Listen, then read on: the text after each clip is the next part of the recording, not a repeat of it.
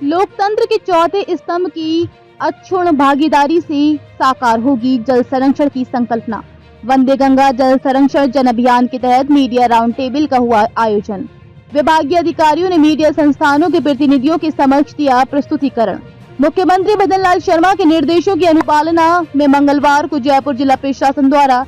वंदे गंगा जल संरक्षण जन अभियान के तहत द्वारा मीडिया राउंड टेबल कार्यक्रम का आयोजन किया गया। मीडिया राउंड टेबल कार्यक्रम में राष्ट्रीय स्तर, राज्य स्तर के print media, electronic media, digital media संस्थानों के प्रतिनिधियों के साथ साथ सोशल मीडिया इन्फ्लुएंसर्स ने भी शिरकत की और परिचर्चा में सक्रिय भागीदारी निभाई। जिला परिषद के मुख्य कार्यकारी अधिकारी प्रतिभा वर्मा की उपस्थिति में आयोजित कार्यक्रम में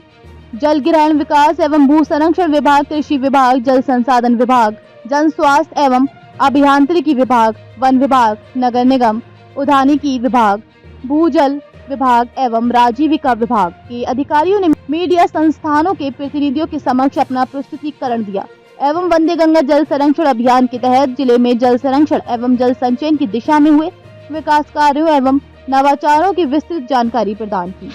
हम केवल प्रकृति के माध्यम से ही प्राप्त कर सकते हैं और जिस तरीके से जल जीवन हमारा बढ़ता जा रहा है, पानी की आवश्यकता दिनों दिन बढ़ती जा रही है, परंतु संग्रहण के संबंध में हम लोग जो है कतई चिंतित नहीं है। तो इस अभियान के माध्यम से सरकार का मेन उद्देश्य एक ही है कि सरकारी व्यवस्थाओं से, सरकारी नियमों से, सरकारी व्यवस्थाओं के माध्यम से जल संरक्षण के विभिन्न कार्य कराए जा सकते हैं, परंतु जब तक आम जन का वातावरण निर्माण में कोई सहयोग नहीं होगा या आम जन उससे जब तक जुड़ेगा नहीं, तब तक इस उद्देश्य की प्राप्ति हम लोग नहीं कर पाएंगे। और इसी के तहत ये अभियान की शुरुआत की गई है।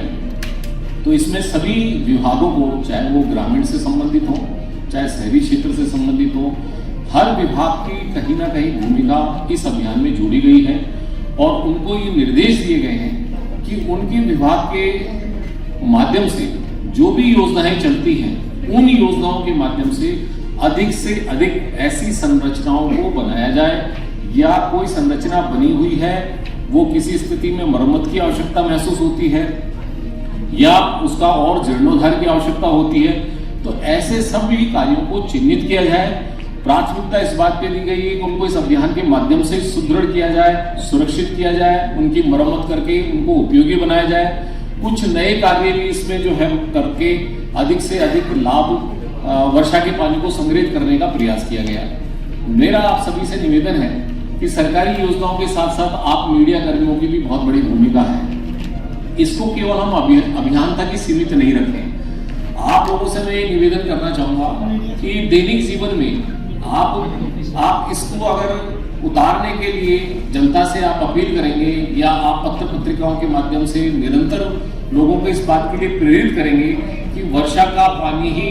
एकमात्र हमारे पास उपाय है जिसको संग्रहित करना चाहिए। उसके लिए हम जरूरी नहीं है सरकारी तंत्र पर निर्भर करें, हम लोग भी अपनी एक महत्वपूर्ण भूमिका निभा सकते हैं, जिसके तहत ये राउंड टेबल अभियान हमने किया है।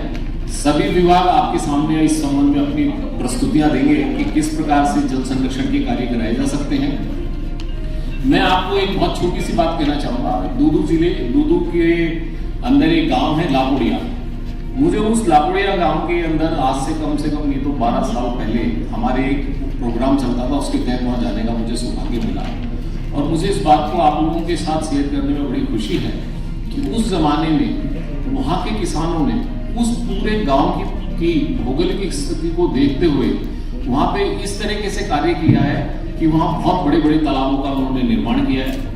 और उन तालाबों के अंदर पानी की आवक इस तरीके से की जाती है कि सबसे पहले जब पानी आएगा एक तालाब में, तो उस पानी का उपयोग वहां के निवासियों के पीने के लिए किया जाएगा। उससे सरप्लस कोई पानी होगा वो पशुओं के लिए इस्तेमाल किया जाएगा और उसके बाद जो पानी सरप्लस होगा वो वहां की सिंचाई के लिए काम में आएगा। और मैं आपको आज भी इस बात के लिए निमंत्रण देना चाहूंगा और कहना चाहूंगा कि आप में से अगर किसी को ऐसा अवसर मिले लापुड़िया जाने का, तो आप वहां देखेंगे कि इतनी अच्छी व्यवस्था कर रखी है कि आज भी पानी, वर्षा का पानी जैसे ही गिरता है वो ऑटोमेटिक उन जो जल स्रोत हैं उनके अंदर पानी इकट्ठा होता है और उसका लगातार वो पानी का इस्तेमाल करते हैं। और आपने देखा हो पुराने जमाने में जो बावड़ियां हैं वो लोग, उनके पास कोई तकनीक नहीं थी, परंतु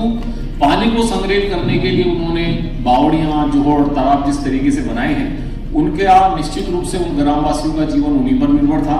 आज पेयजल व्यवस्था होने के कारण हम केवल पानी को खर्च करने के बारे में चिंतित हो रहे हैं, संग्रहित करने के बारे में कोई हमारे में ना सोच है ना व्यवस्था है। व्यवस्था है तो केवल ये है कि सरकार अपने माध्यम से इन कार्यों को कराए। मैं आपको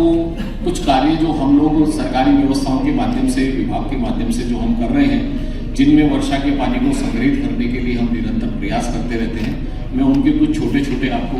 उदाहरण दिखाना चाहूँगा और अपील भी करना चाहूँगा कि इस तरीके के कार्यों को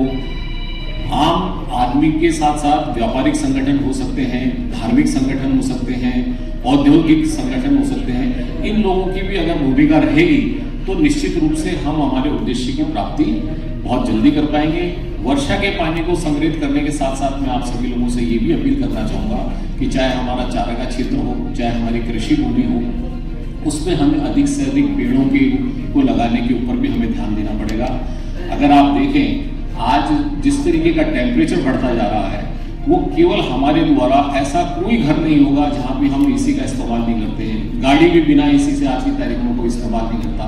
तो इनका जितना भी हीट निकलती है वो हमारे इस वातावरण को दूषित कर रही है, जिसका अल्टीमेटली नुकसान वातावरण के कारण जो है वर्षा का समय पर नहीं हो पाना, कम हो पाना, ऐसे प्रभाव हम देखने को मिलते हैं। तो मेरा आप सभी लोगों से निवेदन है कि इस अभियान के माध्यम से सरकार की सोच ये है कि सरकारी व्यवस्थाओं के माध्यम से जो कार्य हो सकते हैं वो तो हुए, परंतु आप लोग भी अपनी भूमिका इसमें निभा करके वातावरण निर्माण में सहयोग करें। उसके लिए मैं सभी आप लोगों को